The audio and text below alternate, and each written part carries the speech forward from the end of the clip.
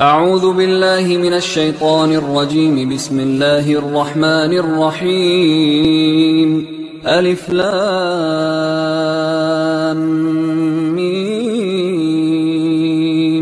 ذلك الكتاب لا ريب فيه هدى للمتقين الذين يؤمنون بالغيب ويقيمون الصلاة ومما رزقناهم ينفقون والذين يؤمنون بما أنزل إليك وما أنزل من قبلك وبالآخرة هم يوقنون أولئك على هدى من ربهم وأولئك هم المفلحون. إن الذين كفروا سواء عليهم أأنذرتهم أم لم تنذرهم لا يؤمنون. ختم الله على قلوبهم وعلى سمعهم وعلى أبصارهم غشاوة ولهم عذاب عظيم. ومن الناس من يقول آمنا بالله وباليوم الآخر وما هم بمؤمنين يخادعون الله والذين آمنوا وما يخدعون إلا أنفسهم وما يشعرون. في قلوبهم مرض فزادهم الله مرضا ولهم عذاب أليم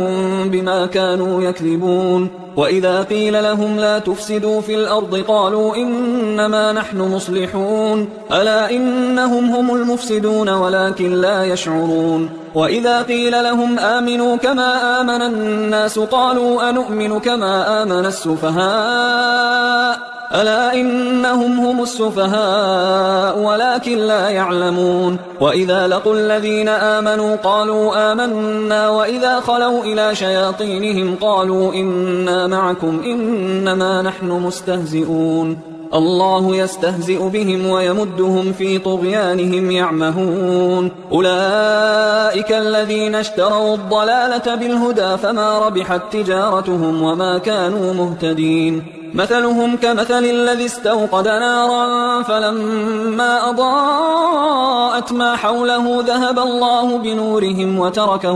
وتركهم في ظلمات لا يبصرون. صم بكم عمي فهم لا يرجعون. أو كصيب من السماء فيه ظلمات ورعد وبرق يجعلون أصابعهم في آذانهم من الصواعق حذر الموت والله محيط بالكافرين. يكاد البرق يخطف أبصارهم كلما أضاء لهم مشوا فيه وإذا أظلم عليهم قاموا ولو شاء الله لذهب بسمعهم وأبصارهم إن الله على كل شيء قدير. يا أيها الناس اعبدوا ربكم الذي خلقكم والذين من قبلكم لعلكم تتقون الذي جعل لكم الأرض فراشا والسماء بناء وأنزل من السماء ماء فأخرج به من الثمرات رزقا لكم فلا تجعلوا لله أندادا وأنتم تعلمون. وإن كنتم في ريب مما نزلنا على عبدنا فأتوا بسورة من مثله وادعوا شهداءكم من دون الله إن كنتم صادقين فإن لم تفعلوا ولن تفعلوا فاتقوا النار التي وقودها الناس والحجارة أعدت للكافرين. وبشر الذين آمنوا وعملوا الصالحات أن لهم جنات تجري من تحتها الأنهار كلما رزقوا منها من ثمرة رزقا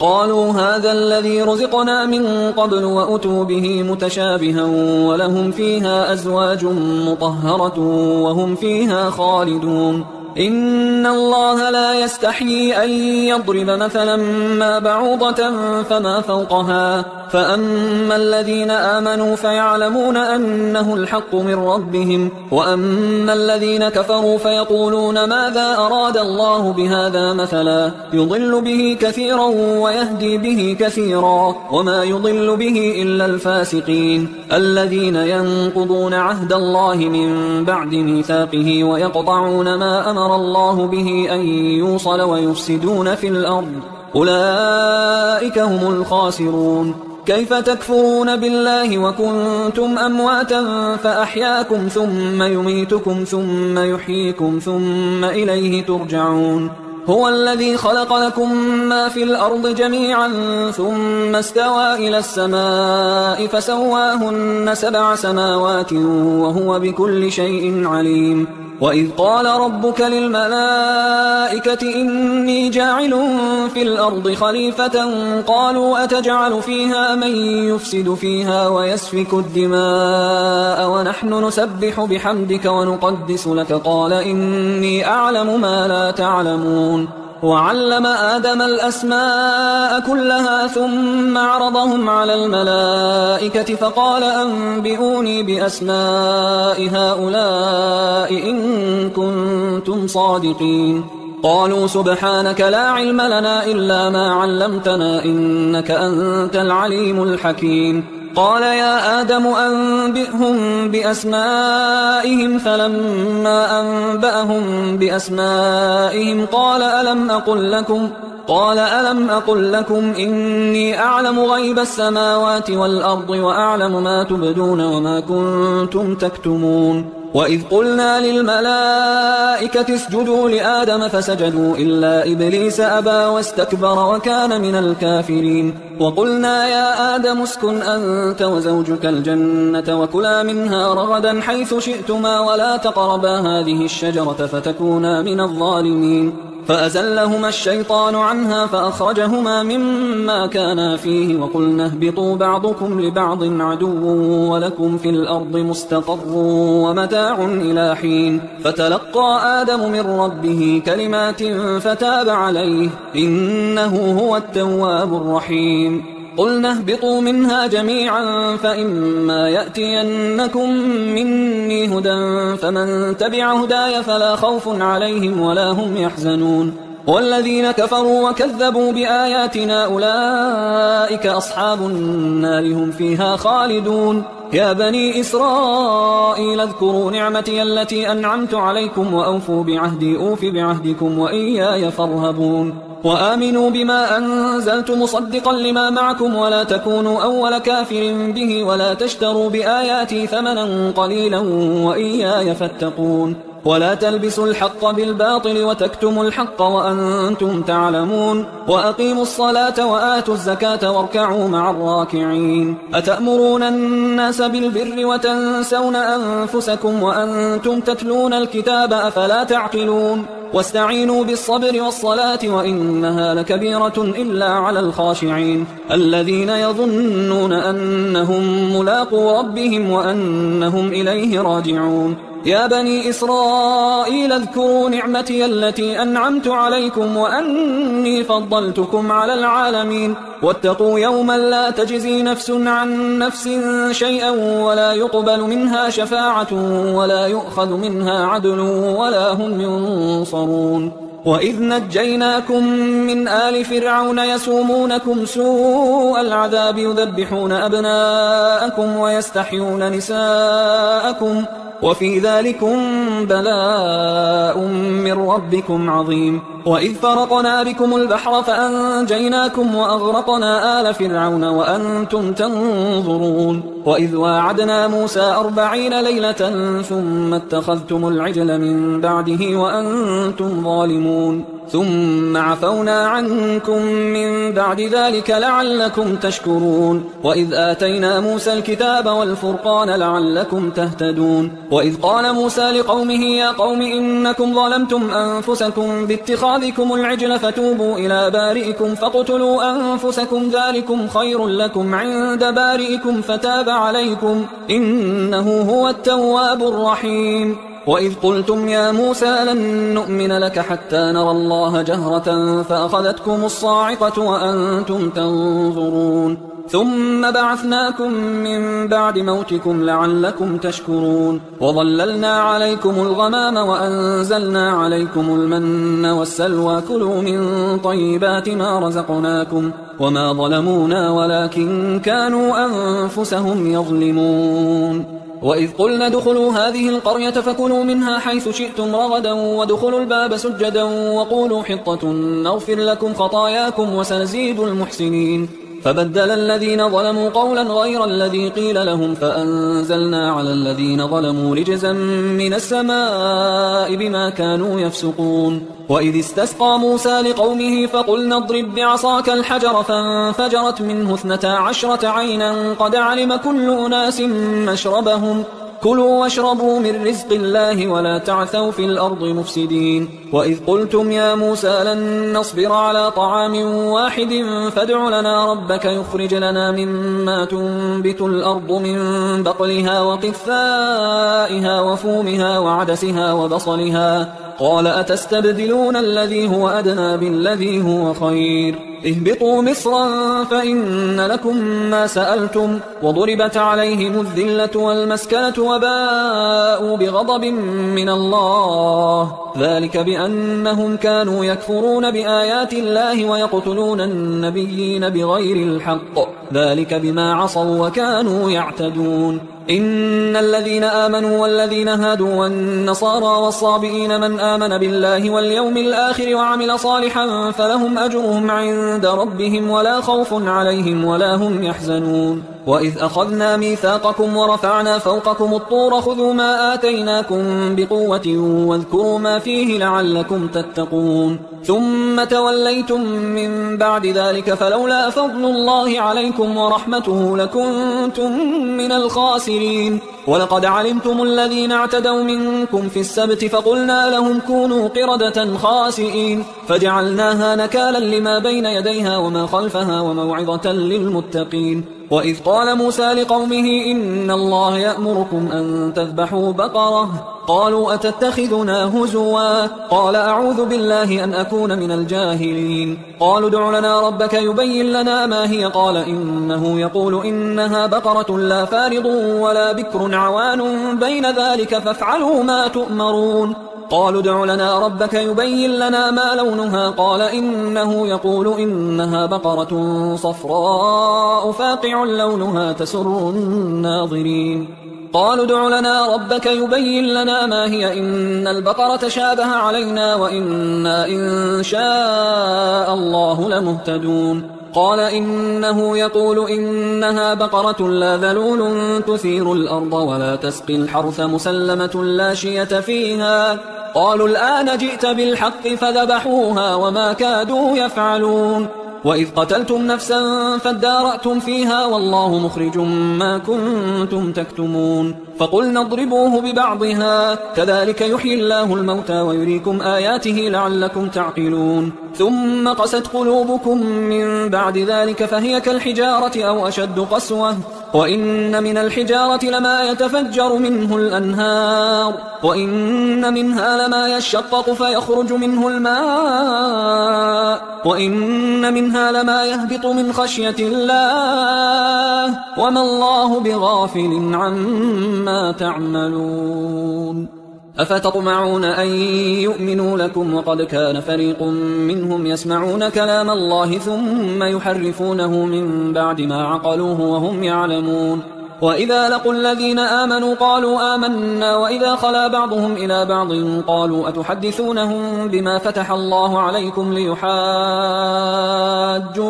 به عند ربكم أفلا تعقلون أولا يعلمون أن الله يعلم ما يسرون وما يعلنون ومنهم أميون لا يعلمون الكتاب إلا أماني وإنهم إلا يظنون فويل للذين يكتبون الكتاب بأيديهم ثم يقولون هذا من عند الله ليشتروا به ثمنا قليلا فويل لهم مما كتبت أيديهم وويل لهم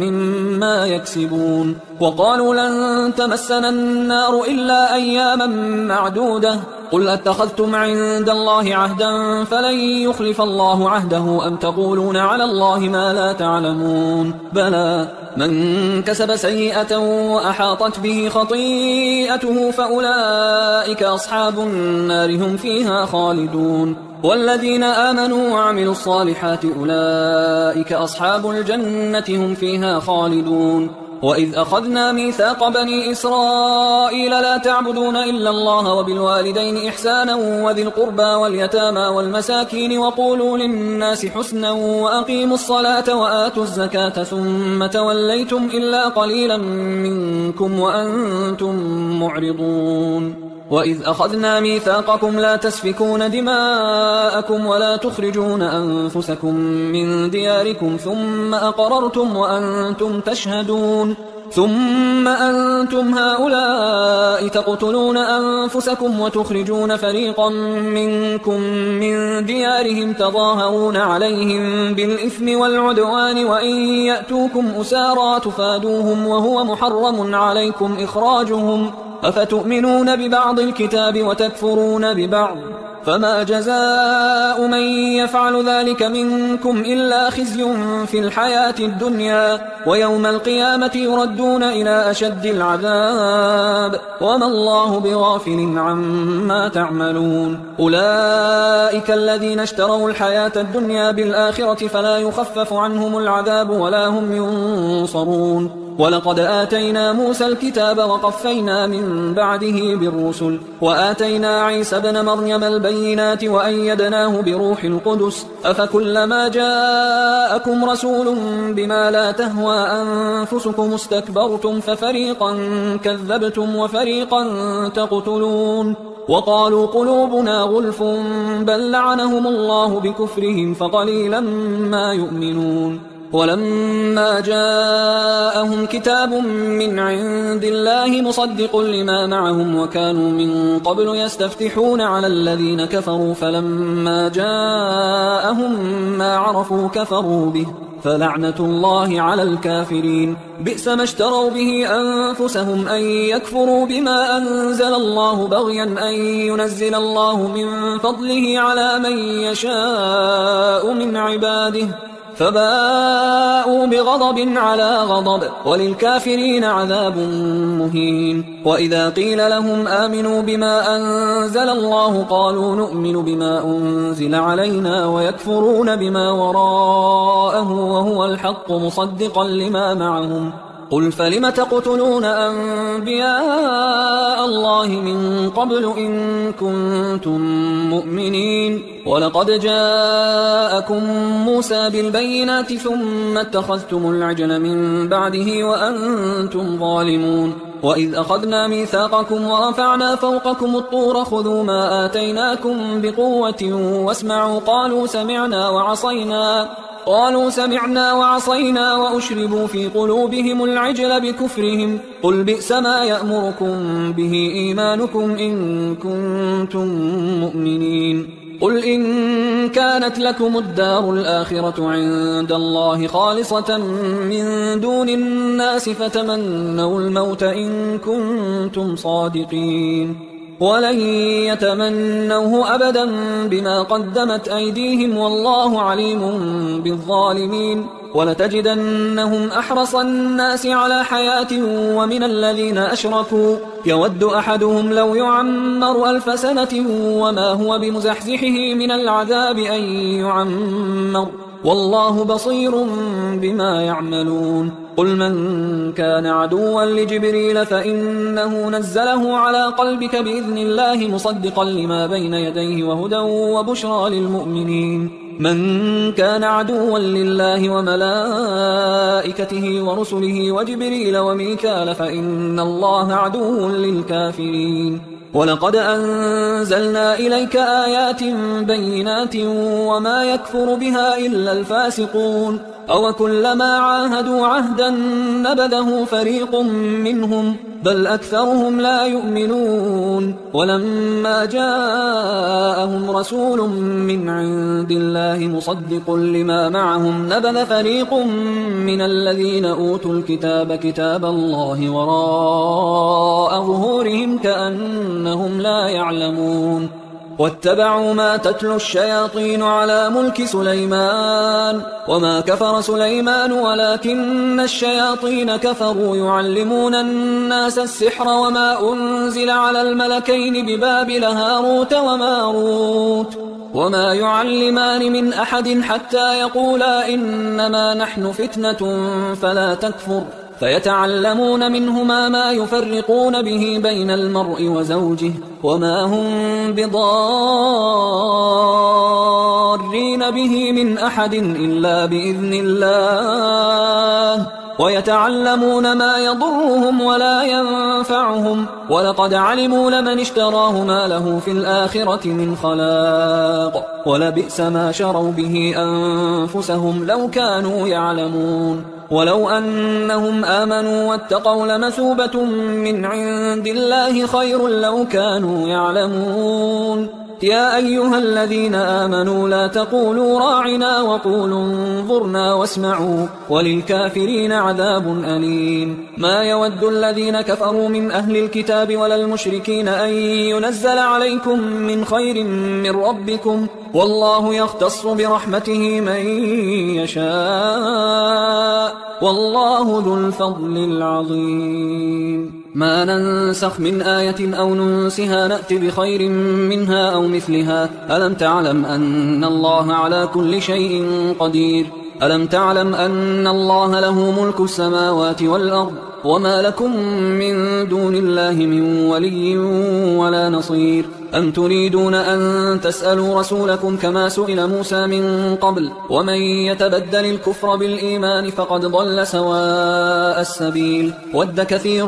من أهل الكتاب لو يردونكم من بعد إيمانكم كفارا حسدا من عند أنفسهم من بعد ما تبين لهم الحق فاعفوا واصفحوا حتى يأتي الله بأمره إن الله على كل شيء قدير وأقيموا الصلاة وآتوا الزكاة وما تقدموا لأنفسكم من خير تجدوه عند الله إن الله بما تعملون بصير وقالوا لن يدخل الجنة إلا من كان هودا أو نصارى تلك أمانيهم قل هاتوا برهانكم إن كنتم صادقين بلى من أسلم وجهه لله وهو محسن فله أجره عند ربه ولا خوف عليهم ولا هم يحزنون وقالت اليهود ليست النصارى على شيء وقالت النصارى ليست اليهود على شيء وهم يتلون الكتاب كذلك قال الذين لا يعلمون مثل قولهم فالله يحكم بينهم يوم القيامة فيما كانوا فيه يختلفون ومن أظلم ممن منع مساجد الله أن يذكر فيها اسمه وسعى في خرابها أولئك ما كان لهم أن يدخلوها إلا خائفين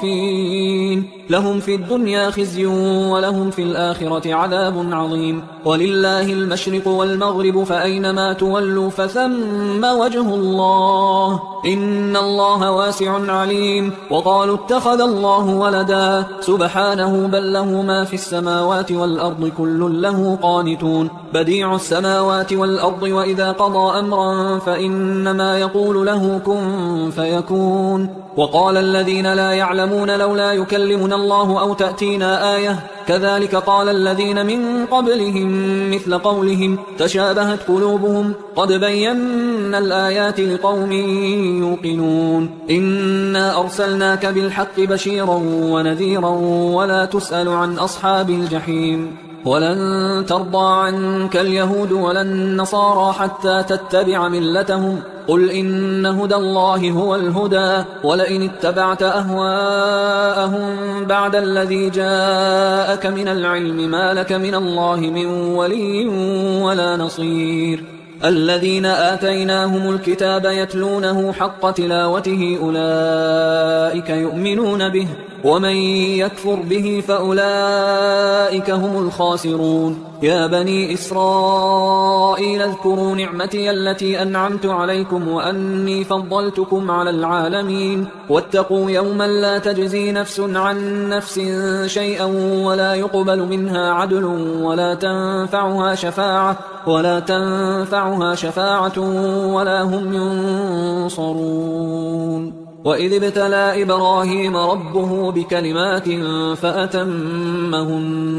قال إني جاعلك للناس إماما قال ومن ذريتي قال لا ينال عهد الظالمين وإذ جعلنا البيت مثابة للناس وأمنا واتخذوا من مقام إبراهيم مصلى وعهدنا إلى إبراهيم وإسماعيل أن طهرا بيتي للطائفين والعاكفين والركع السجود. وإذ قال إبراهيم رب اجعل هذا بلدا آمنا وارزق أهله من الثمرات من آمن منهم بالله واليوم الآخر قال ومن كفر فأمتعه قليلا ثم أضطره إلى عذاب النار وبئس المصير. وإذ يرفع إبراهيم القواعد من البيت وإسماعيل ربنا تقبل منا إنك أنت السميع العليم ربنا وجعلنا مسلمين لك ومن ذريتنا أمة مسلمة لك وأرنا مناسكنا وتب علينا إنك أنت التواب الرحيم ربنا وبعث فيهم رسولا منهم يتلو عليهم آياتك ويعلمهم الكتاب والحكمة ويزكيهم إنك أنت العزيز الحكيم ومن يرغب عن ملة إبراهيم إلا من سفه نفسه ولقد اصطفيناه في الدنيا وإنه في الآخرة لمن الصالحين إذ قال له ربه أسلم قال أسلمت لرب العالمين ووصى بها إبراهيم بنيه ويعقوب يا بني إن الله اصطفى لكم الدين فلا تموتن إلا وأنتم مسلمون أم كنتم شهداء إذ حضر يعقوب الموت إذ قال لبنيه ما تعبدون من بعدي قالوا نعبد إلهك وإله آبائك إبراهيم وإسماعيل وإسحاق إلها واحدا ونحن له مسلمون تلك أمة قد خلت لها ما كسبت ولكم ما كسبتم ولا تسألون عما كانوا يعملون وقالوا كونوا هودا أو نصارى تهتدوا قل بل ملة إبراهيم حنيفا وما كان من المشركين قولوا آمنا بالله وما أنزل إلينا وما أنزل إلى إبراهيم وإسماعيل وإسحاق ويعقوب والأسباط وما أوتي موسى وعيسى وما أوتي النبيون من ربهم لا نفرق بين أحد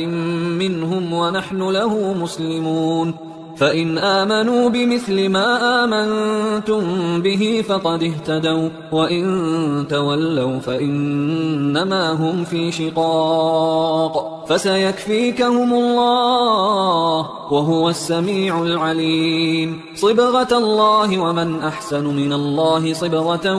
ونحن له عابدون قل أتحاجوننا في الله وهو ربنا وربكم ولنا أعمالنا ولكم أعمالكم ونحن له مخلصون أم تقولون إن إبراهيم وإسماعيل وإسحاق ويعقوب والأسباط كانوا هودا أو نصارى قل أأنتم أعلم أم الله ومن أظلم ممن كتم شهادة عنده من الله وما الله بغافل عما تعملون تلك أمة قد خلت لها ما كسبت ولكم ما كسبتم ولا تسألون عما كانوا يعملون سيقول السفهاء من الناس ما ولاهم عن قبلتهم التي كانوا عليها قل لله المشرق والمغرب يهدي من يشاء إلى صراط مستقيم وكذلك جعلناكم أمة وسطا لتكونوا شهداء على الناس ويكون الرسول عليكم شهيدا وما جعلنا القبلة التي كنت عليها إلا لنعلم من يتبع الرسول ممن ينقلب على عقبيه وإن كانت لكبيرة إلا على الذين هدى الله وما كان الله ليضيع إيمانكم إن الله بالناس لرؤوف رحيم قد نرى تقلب وجهك في السماء فلنولينك قبلة ترضاها فول وجهك شطر المسجد الحرام وحيث ما كنتم فولوا وجوهكم شطره وإن الذين أوتوا الكتاب ليعلمون أنه الحق من ربهم وما الله بغافل عما يعملون ولئن أتيت الذين أوتوا الكتاب بكل آية ما تبعوا قبلتك وما أنت بتابع قبلتهم وما بعضهم بتابع قبلة بعض ولئن اتبعت أهواءهم من بعد ما جاءك من العلم إنك إذا لمن الظالمين الذين آتيناهم الكتاب يعرفونه كما يعرفون أبناءهم وإن فريقا منهم ليكتمون الحق وهم يعلمون الحق من ربك فلا تكونن من الممترين ولكل وجهة هو موليها فاستبقوا الخيرات أينما تكونوا يأت بكم الله جميعا إن الله على كل شيء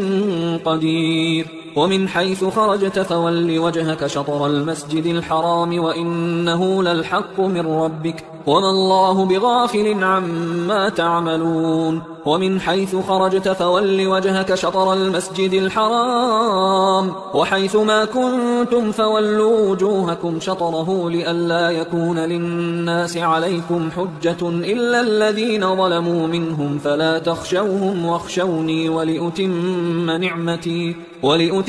نعمتي عليكم ولعلكم تهتدون كما أرسلنا فيكم رسولا منكم يتلو عليكم آياتنا ويزكيكم ويعلمكم الكتاب والحكمة ويعلمكم ما لم تكونوا تعلمون فاذكروني أذكركم واشكروا لي ولا تكفرون يا أيها الذين آمنوا استعينوا بالصبر والصلاة إن الله مع الصابرين ولا تقولوا لمن يقتل في سبيل الله أموات بل أحياء ولكن لا تشعرون ولنبلونكم بشيء من الخوف والجوع ونقص من الأموال والأنفس والثمرات وبشر الصابرين الذين إذا أصابتهم مصيبة قالوا إنا لله وإنا إليه راجعون أولئك عليهم صلوات من ربهم ورحمة وأولئك هم المهتدون إن الصفا والمروة من شعائر الله فمن حج البيت أو اعتمر فلا جناح عليه أن يطوف بهما ومن تطوع خيرا فإن الله شاكر عليم إن الذين يكتمون ما أنزلنا من البينات والهدى من بعد ما بيناه للناس في الكتاب أولئك يلعنهم الله ويلعنهم اللاعنون إلا الذين تابوا وأصلحوا وبينوا فأولئك أتوب عليهم وأنا التواب الرحيم إن الذين كفروا وماتوا وهم كفار أولئك عليهم لعنة الله والملائكة والناس أجمعين خالدين فيها لا يخفف عنهم العذاب ولا هم ينظرون وإلهكم إله واحد لا إله إلا هو الرحمن الرحيم إن في خلق السماوات والأرض واختلاف الليل والنهار والفلك التي تجري في البحر بما ينفع الناس وما أنزل الله من السماء من ماء فأحيا به الأرض بعد موتها وبث فيها من كل دابة وتصريف الرياح والسحاب المسخر بين السماء والأرض لآيات لقوم يعقلون ومن الناس من يتخذ من دون الله أندادا يحبونهم كحب الله والذين آمنوا أشد حبا لله ولو يرى الذين ظلموا إذ يرون العذاب أن القوة لله جميعا وأن الله شديد العذاب إذ تبرأ الذين اتبعوا من الذين اتبعوا ورأوا العذاب وتقطعت بهم الأسباب وقال الذين اتبعوا لو أن لنا كرة فنتبرأ منهم كما تبرأوا منا كذلك يريهم الله أعمالهم حسرات عليهم وما هم بخارجين من النار يا أيها الناس كلوا مما في الأرض حلالا طيبا ولا تتبعوا خطوات الشيطان إنه لكم عدو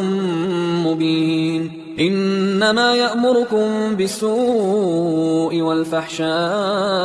وأن تقولوا على الله ما لا تعلمون وإذا قيل لهم اتبعوا ما أنزل الله قالوا بل نتبع ما ألفينا عليه آباءنا أولو كان آباؤهم لا يعقلون شيئا ولا يهتدون ومثل الذين كفروا كمثل الذي ينعق بما لا يسمع إلا دعاء ونداء صم بكم عمي فهم لا يعقلون يا أيها الذين آمنوا كلوا من طيبات ما رزقناكم واشكروا لله إن كنتم إياه تعبدون إنما حرم عليكم الميتة والدم ولحم الخنزير وما أهل به لغير الله فمن اضطر غير باغ ولا عاد فلا إثم عليه إن الله غفور رحيم إن الذين يكتمون ما أنزل الله من الكتاب ويشترون به ثمنا قليلا أولئك ما يأكلون في بطونهم إلا النار ولا يكلمهم الله يوم القيامة ولا يزكيهم ولهم عذاب أليم أولئك الذين اشتروا الضلالة بالهدى والعذاب بالمغفرة فما أصبرهم على النار ذلك بأن الله نزل الكتاب بالحق وإن الذين اختلفوا في الكتاب لفي شقاق بعيد ليس البر أن تولوا وجوهكم قبل المشرق والمغرب ولكن البر من آمن بالله واليوم الآخر والملائكة والكتاب والنبيين وآتى المال على حبه ذوي القربى واليتامى والمساكين وابن السبيل والسائلين وفي الرقاب وأقام الصلاة وآتى الزكاة والموفون بعهدهم إذا عاهدوا والصابرين في البأساء والضراء وحين البأس أولئك الذين صدقوا وأولئك هم المتقون يا أيها الذين آمنوا كتب عليكم القصاص في القتلى الحر بالحر والعبد بالعبد والأنثى بالأنثى فمن عفي له من أخيه شيء فاتباع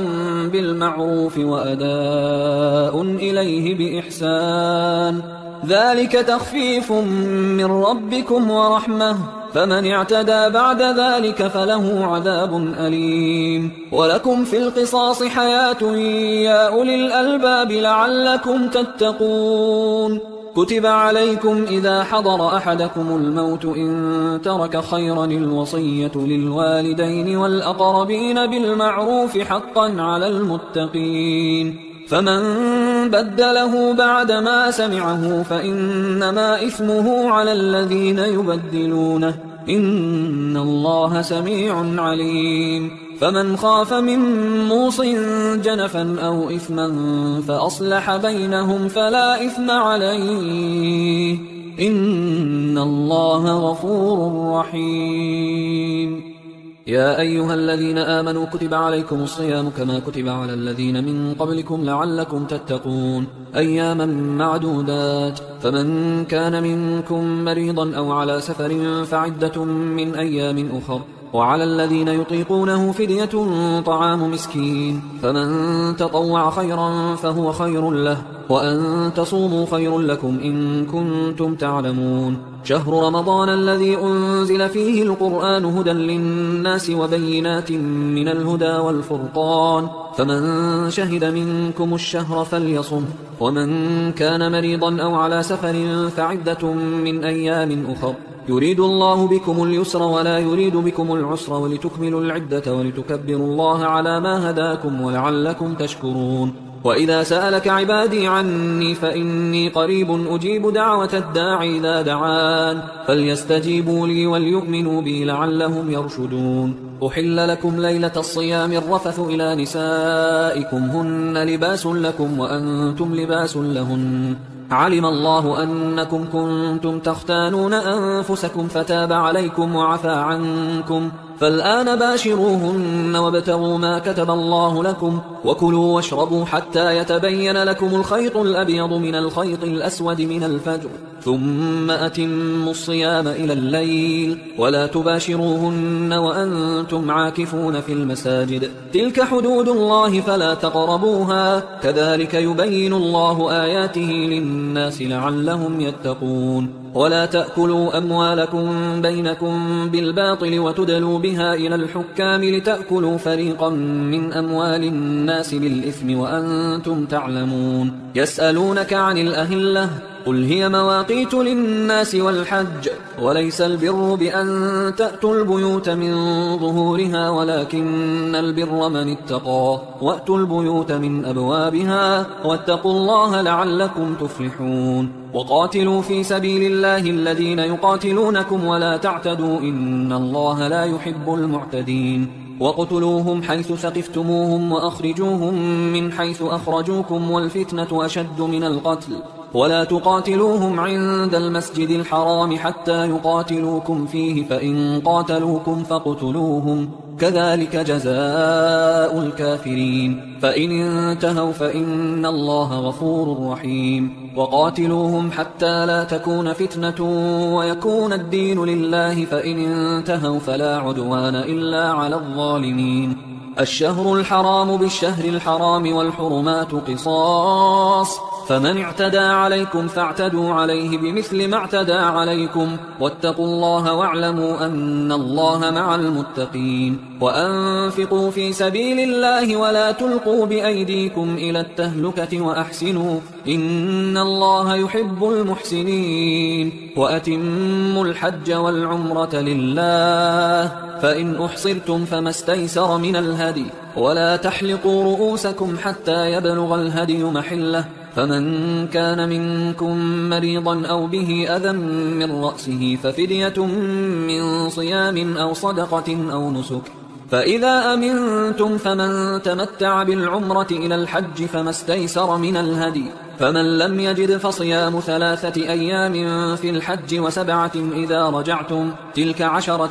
كاملة، ذلك لمن لم يكن أهله حاضر المسجد الحرام. واتقوا الله واعلموا أن الله شديد العقاب. الحج أشهر معلومات، فمن فرض فيهن الحج فلا رفث ولا فسوق ولا جدال في الحج، وما تفعلوا من خير يعلمه الله، وتزودوا فإن خير الزاد التقوى، واتقون يا أولي الألباب. ليس عليكم جناح أن تبتغوا فضلا من ربكم، فإذا أفضتم من عرفات فاذكروا الله عند المشعر الحرام واذكروه كما هداكم وإن كنتم من قبله لمن الضالين. ثم أفيضوا من حيث أفاض الناس واستغفروا الله إن الله غفور رحيم. فإذا قضيتم مناسككم فاذكروا الله كذكركم آباءكم أو أشد ذكرا، فمن الناس من يقول ربنا آتنا في الدنيا وما له في الآخرة من خلاق، ومنهم من يقول ربنا آتنا في الدنيا حسنة وفي الآخرة حسنة وقنا عذاب النار. أولئك لهم نصيب مما كسبوا والله سريع الحساب. واذكروا الله في أيام معدودات فمن تعجل في يومين فلا إثم عليه ومن تأخر فلا إثم عليه لمن اتقى واتقوا الله واعلموا أنكم إليه تحشرون. ومن الناس من يعجبك قوله في الحياة الدنيا ويشهد الله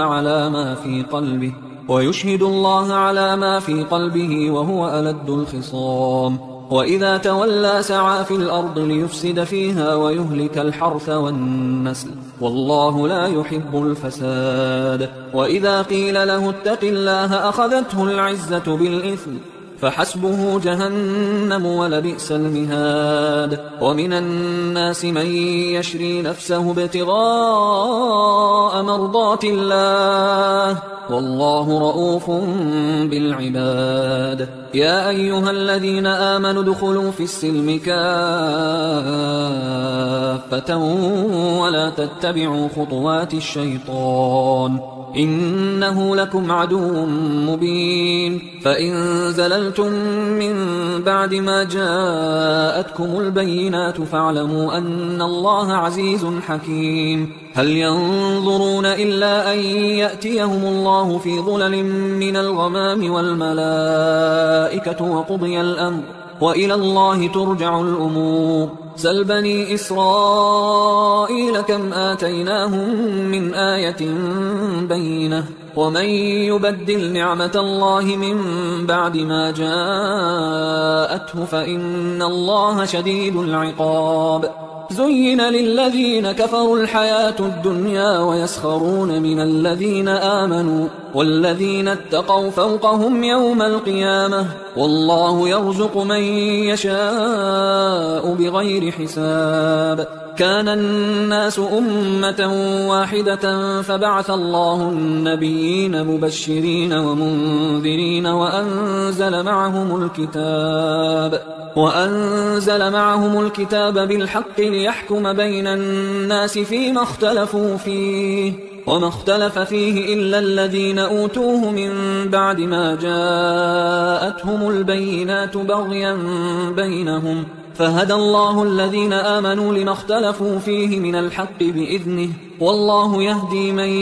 يشاء إلى صراط مستقيم. أم حسبتم أن تدخلوا الجنة ولما يأتكم مثل الذين خلوا من قبلكم مستهم البأساء والضراء وزلزلوا حتى يقول الرسول والذين آمنوا معه متى نصر الله ألا إن نصر الله قريب. يسألونك ماذا ينفقون قل ما أنفقتم من خير فللوالدين والأقربين واليتامى والمساكين وابن السبيل وما تفعلوا من خير فإن الله به عليم. كتب عليكم القتال وهو كره لكم وعسى أن تكرهوا شيئا وهو خير لكم وعسى أن تحبوا شيئا وهو شر لكم والله يعلم وأنتم لا تعلمون. يسألونك عن الشهر الحرام قتال فيه قل قتال فيه كبير وصد عن سبيل الله وكفر به والمسجد الحرام وإخراج أهله منه أكبر عند الله والفتنة أكبر من القتل ولا يزالون يقاتلونكم حتى يردوكم عن دينكم إن استطاعوا ومن يرتدد منكم عن دينه فيمت وهو كافر فأولئك حبطت أعمالهم في الدنيا والآخرة وأولئك أصحاب النار هم فيها خالدون. إن الذين آمنوا والذين هاجروا وجاهدوا في سبيل الله أولئك يرجون رحمة الله والله غفور رحيم. يسألونك عن الخمر والميسر قل فيهما إثم كبير ومنافع للناس وإثمهما أكبر من نفعهما ويسألونك ماذا ينفقون قل العفو كذلك يبين الله لكم الآيات لعلكم تتفكرون في الدنيا والآخرة ويسألونك عن اليتامى قل إصلاح لهم خير وإن تخالطوهم فإخوانكم والله يعلم المفسد من المصلح ولو شاء الله لأعنتكم إن الله عزيز حكيم. ولا تنكحوا المشركات حتى يؤمن ولأمة مؤمنة خير من مشركة ولو أعجبتكم ولا تنكحوا المشركين حتى يؤمنوا ولعبد مؤمن خير من مشرك ولو أعجبكم أولئك يدعون إلى النار والله يدعو إلى الجنة والمغفرة بإذنه ويبين آياته للناس لعلهم يتذكرون. ويسألونك عن المحيض قل هو أذى فاعتزلوا النساء في المحيض ولا تقربوهن حتى يطهرن فإذا تطهرن فأتوهن من حيث أمركم الله إن الله يحب التوابين ويحب المتطهرين. نساؤكم حرث لكم فأتوا حرثكم أنى شئتم وقدموا لأنفسكم واتقوا الله واعلموا أنكم ملاقوه وبشر المؤمنين. ولا تجعلوا الله عرضة لأيمانكم أن تبروا وتتقوا وتصلحوا بين الناس والله سميع عليم. لا يؤاخذكم الله باللغو في أيمانكم ولكن يؤاخذكم بما كسبت قلوبكم والله غفور حليم. للذين يؤلون من نسائهم تربص 4 أشهر فإن فاءوا فإن الله غفور رحيم. وإن عزموا الطلاق فإن الله سميع عليم. والمطلقات يتربصن بأنفسهن 3 قروء ولا يحل لهن أن يكتمن ما خلق الله في أرحامهن إن كن يؤمن بالله واليوم الآخر وبعولتهن أحق بردهن في ذلك إن أرادوا إصلاحا ولهن مثل الذي عليهن بالمعروف وللرجال عليهن درجة والله عزيز حكيم. الطلاق 2 مرتان فإمساك بمعروف أو تسريح بإحسان ولا يحل لكم أن تأخذوا مما آتيتموهن شيئا إلا أن يخافا ألا يقيما حدود الله فإن خفتم ألا يقيما حدود الله فلا جناح عليهما فيما افتدت به تلك حدود الله فلا تعتدوها ومن يتعد حدود الله فأولئك هم الظالمون. فإن طلقها فلا تحل له من بعد حتى تنكح زوجا غيره فإن طلقها فلا جناح عليهما أن يتراجعا إن ظنا أن يقيما حدود الله وتلك حدود الله يبينها لقوم يعلمون. وإذا طلقتم النساء فبلغن أجلهن فأمسكوهن بمعروف أو سرحوهن بمعروف ولا تمسكوهن ضرارا لتعتدوا ومن يفعل ذلك فقد ظلم نفسه. ولا تتخذوا آيات الله هزوا واذكروا نعمة الله عليكم وما أنزل عليكم من الكتاب والحكمة يعظكم به واتقوا الله واعلموا أن الله بكل شيء عليم. وإذا طلقتم النساء فبلغن أجلهن فلا تعضلوهن أن ينكحن أزواجهن إذا تراضوا بينهم بالمعروف ذلك يوعظ به من كان منكم يؤمن بالله واليوم الآخر ذلكم أزكى لكم وأطهر والله يعلم وأنتم لا تعلمون. والوالدات يرضعن أولادهن حولين كاملين لمن أراد أن يتم الرضاعة وعلى المولود له رزقهن وكسوتهن بالمعروف لا تكلف نفس إلا وسعها لا تضار والدة بولدها ولا مولود له بولده وعلى الوارث مثل ذلك فإن أرادا فصالا عن تراض منهما وتشاور فلا جناح عليهما. وإن أردتم أن تسترضعوا أولادكم فلا جناح عليكم إذا سلمتم ما آتيتم بالمعروف واتقوا الله واعلموا أن الله بما تعملون بصير. والذين يتوفون منكم ويذرون أزواجا يتربصن بأنفسهن 4 أشهر و10 فإذا بلغن أجلهن فلا جناح عليكم فيما فعلن في أنفسهن بالمعروف والله بما تعملون خبير. ولا جناح عليكم فيما عرضتم به من خطبة النساء أو أكننتم في أنفسكم علم الله أنكم ستذكرونهن ولكن لا تواعدوهن سرا إلا أن تقولوا قولا معروفا ولا تعزموا عقدة النكاح حتى يبلغ الكتاب أجله واعلموا أن الله يعلم ما في أنفسكم فاحذروه واعلموا أن الله غفور حليم. لا جناح عليكم إن طلقتم النساء ما لم تمسوهن أو تفرضوا لهن فريضة ومتعوهن على الموسع قدره وعلى المقتر قدره متاعا بالمعروف حقا على المحسنين. وإن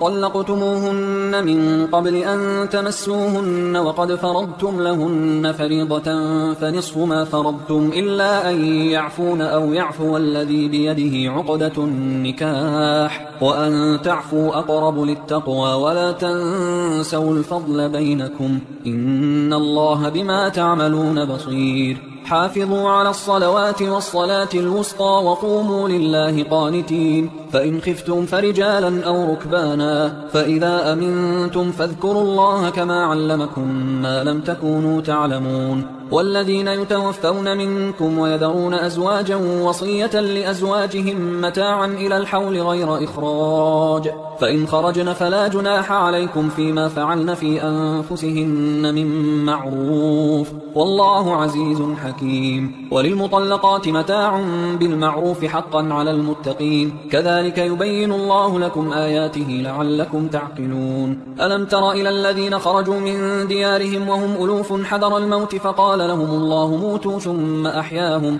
إن الله لذو فضل على الناس ولكن أكثر الناس لا يشكرون. وقاتلوا في سبيل الله واعلموا أن الله سميع عليم. من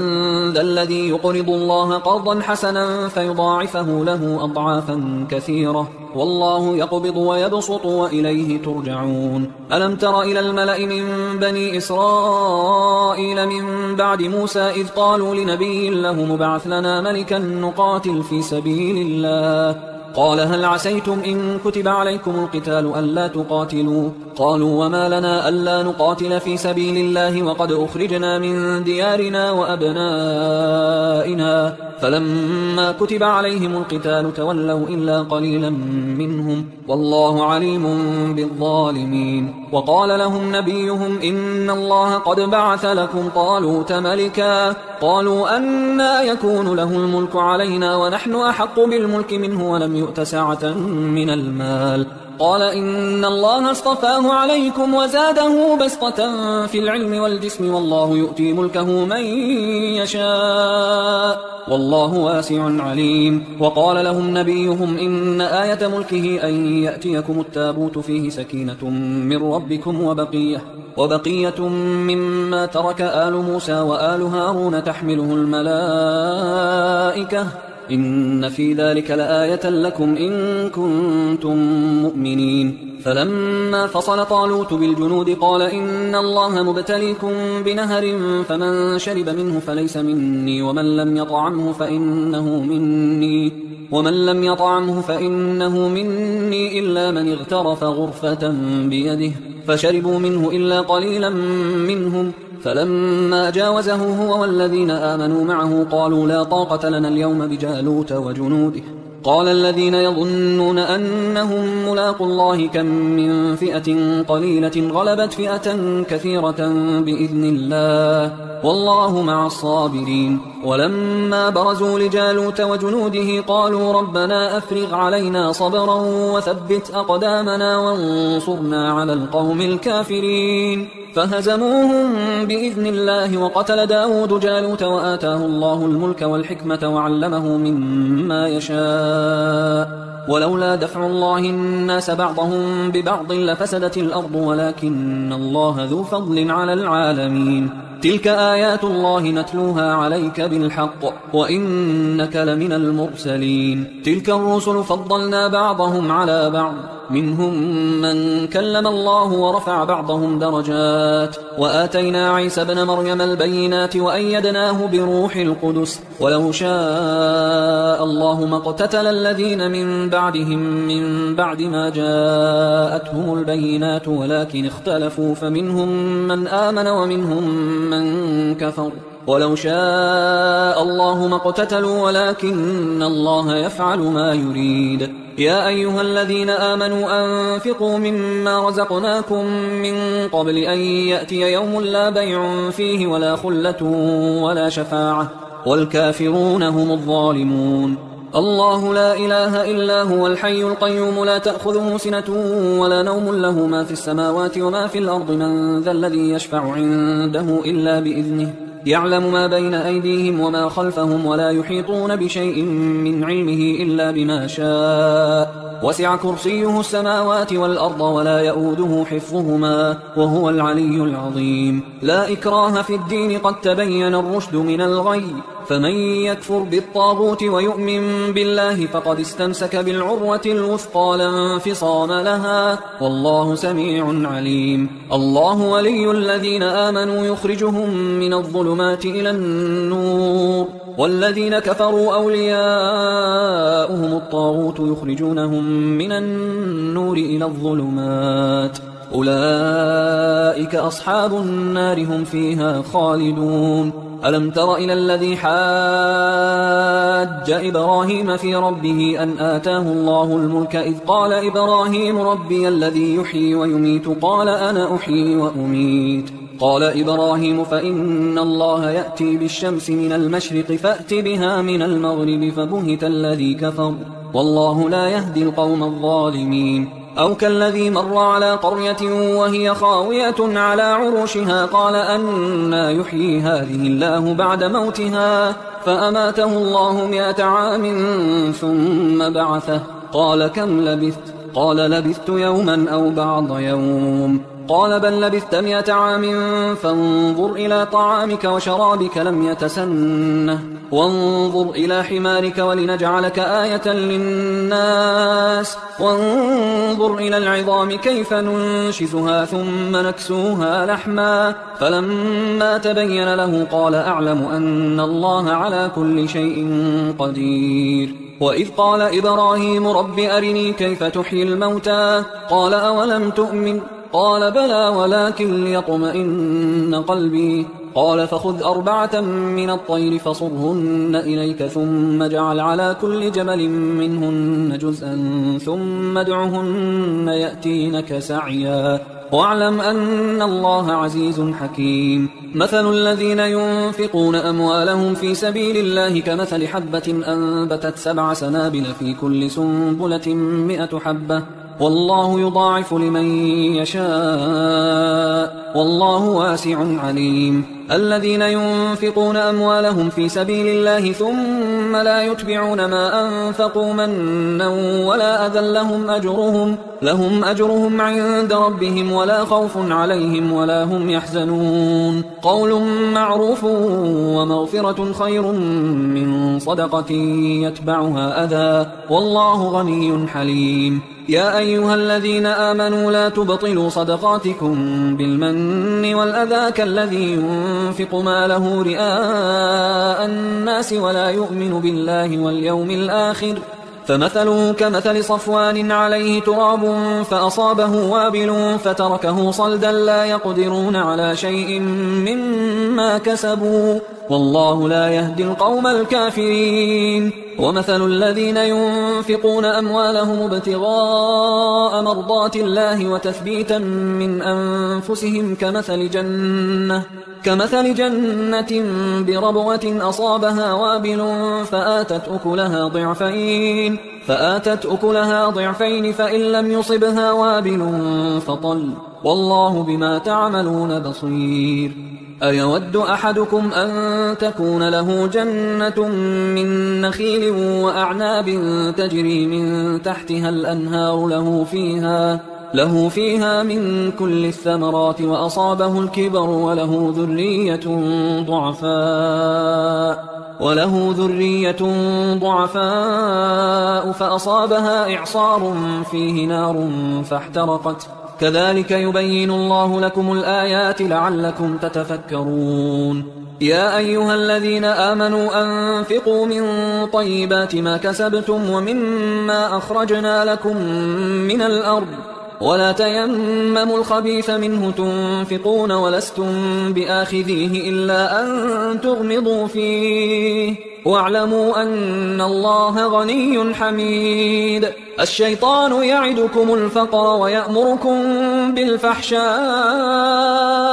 والله يعدكم مغفرة منه وفضلا والله واسع عليم يؤتي الحكمة من يشاء ومن يؤت الحكمة فقد أوتي خيرا كثيرا وما يذكر إلا أولو الألباب وما أنفقتم من نفقة أو نذرتم من نذر فإن الله يعلمه وما للظالمين من أنصار إن تبدوا الصدقات فنعما هي وإن تخفوها وتؤتوها الفقراء فهو خير لكم ويكفر عنكم من سيئاتكم والله بما تعملون خبير ليس عليك هداهم ولكن الله يهدي من يشاء وما تنفقوا من خير فلأنفسكم وما تنفقون إلا ابتغاء وجه الله وما تنفقوا من خير يوفى إليكم وأنتم لا تظلمون للفقراء الذين أحصروا في سبيل الله لا يستطيعون ضربا في الأرض يحسبهم الجاهل أغنياء من التعفف تعرفهم بسيماهم لا يسألون الناس إلحافا وما تنفقوا من خير فإن الله به عليم الذين ينفقون أموالهم بالليل والنهار سرا وعلانية فلهم أجرهم عند ربهم ولا خوف عليهم ولا هم يحزنون الذين يأكلون الربا لا يقومون إلا كما يقوم الذي يتخبطه الشيطان من المس ذلك بأنهم قالوا إنما البيع مثل الربا وأحل الله البيع وحرم الربا فمن جاءه موعظة من ربه فانتهى فله ما سلف وأمره إلى الله ومن عاد فأولئك أصحاب النار هم فيها خالدون يمحق الله الربا ويربي الصدقات والله لا يحب كل كفار أثيم إن الذين آمنوا وعملوا الصالحات وأقاموا الصلاة وآتوا الزكاة لهم أجرهم عند ربهم ولا خوف عليهم ولا هم يحزنون يا أيها الذين آمنوا اتقوا الله وذروا ما بقي من الربا إن كنتم مؤمنين فإن لم تفعلوا فأذنوا بحرب من الله ورسوله وإن تبتم فلكم رؤوس أموالكم لا تظلمون ولا تظلمون وإن كان ذو عسرة فنظرة إلى ميسرة وأن تصدقوا خير لكم إن كنتم تعلمون واتقوا يوما ترجعون فيه إلى الله ثم توفى كل نفس ما كسبت وهم لا يظلمون يا أيها الذين آمنوا إذا تداينتم بدين إلى أجل مسمى فاكتبوه وليكتب بينكم كاتب بالعدل ولا يأب كاتب أن يكتب كما علمه الله فليكتب وليملل الذي عليه الحق وليتق الله ربه ولا يبخس منه شيئا فإن